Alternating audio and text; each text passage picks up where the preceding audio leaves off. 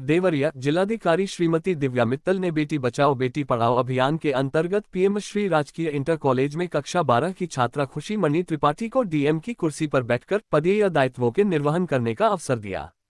जिलाधिकारी ने कहा कि खुशी सहित कई बेटियां आसमान की ऊंचाइयों को छूने का अरमान रखती हैं। प्रतीकात्मक रूप से डीएम बनने और पदीय दायित्वों के निर्वहन के तहत मिले अनुभव से खुशी को प्रेरणा मिलेगी और वे अपने लक्ष्य को प्राप्त करने के लिए प्रेरित होंगी। इससे पूर्व खुशी मणि त्रिपाठी ने जनता दर्शन में जन समस्याओं की सुनवाई करते हुए 2 प्रकरणों का निस्तारण किया।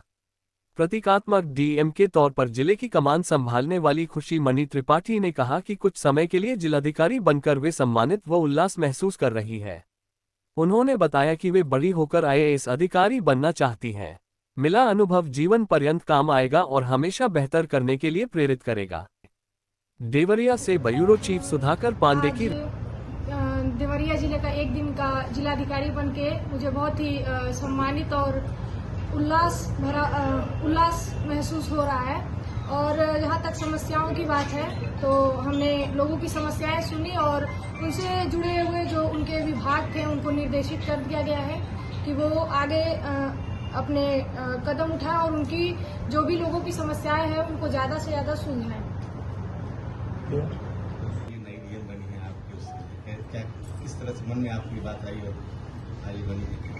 देखिए, ये प्रोबेशन कार्यालय की तरफ से कार्यक्रम था जिसमें बच्चों को ये हमारा प्रयास है कि उनको बहुत सारे बच्चे ऐसे होते हैं जब हम उनसे मिलते हैं वो बोलते हैं कि हमें बड़े होके आईएएस अधिकारी बनना है, मगर एक तो उन्हें पता नहीं होता कि वो कार्य क्या करते हैं और एक मोटिवेशन के रूप में कि वो अगर डीएम बनेंगे तो देखेंगे कि क्या कार्य है। जैसे इन्होंने 2 एप्लीकेशन सुनी या और कार्यक्रम देखे तो इन्हें समझ में आएगा कि कितना महत्व है डीएम के कार्य का, कि कितने लोगों की जिंदगी को आप बेहतर कर सकते हैं यदि आप अच्छा काम करें।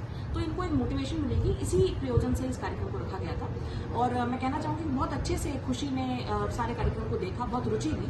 तो मुझे उम्मीद है कि आज तो एक दिन की बनी है परंतु भविष्य में जाकर ये फुल फ्लेजेड कलेक्टर बन के किसी जिले में लगेंगे और बहुत अच्छा काम करेंगे। बेटी पढ़ाओ बेटी बचाओ के अंतर्गत हॉस्पिटल में भी कन्या उत्सव मनाया गया है और आज यहाँ पर भी, तो क्या इसके पीछे मकसद है जो इस तरीके से कार्यक्रम आयोजित किए गए? बेटी पढ़ाओ बेटी बचाओ के अंतर्गत और एक डीएम भी आज देखिए, आज भी ये एक दुर्भाग्य की बात है कि हमारे समाज में कई लोग बेटियों को बेटों से कम आंकते हैं और उनको लगता है कि जब बेटी पैदा हुई है तो एक बोझ के रूप में उसको आज भी देखा जाता है। ये बहुत बड़ा दुर्भाग्य है हमारे देश का। तो हमारा ये प्रयास है, सरकार का प्रयास है, प्रशासन का प्रयास है कि लोगों को ये हम बताएं कि बेटी कोई बोझ नहीं है और जिस प्रकार से जब बच्ची पैदा होती है तो हमें खुशियों को मनाना चाहिए और हम भी जिला प्रशासन भी उन खुशियों में शरीक होने के लिए, सम्मिलित होने के लिए आज जिला अस्पताल में गए थे और हमने ये जन्मोत्सव किया। इसके साथ साथ आज इस बिटिया को भी हमने डीएम बनाया।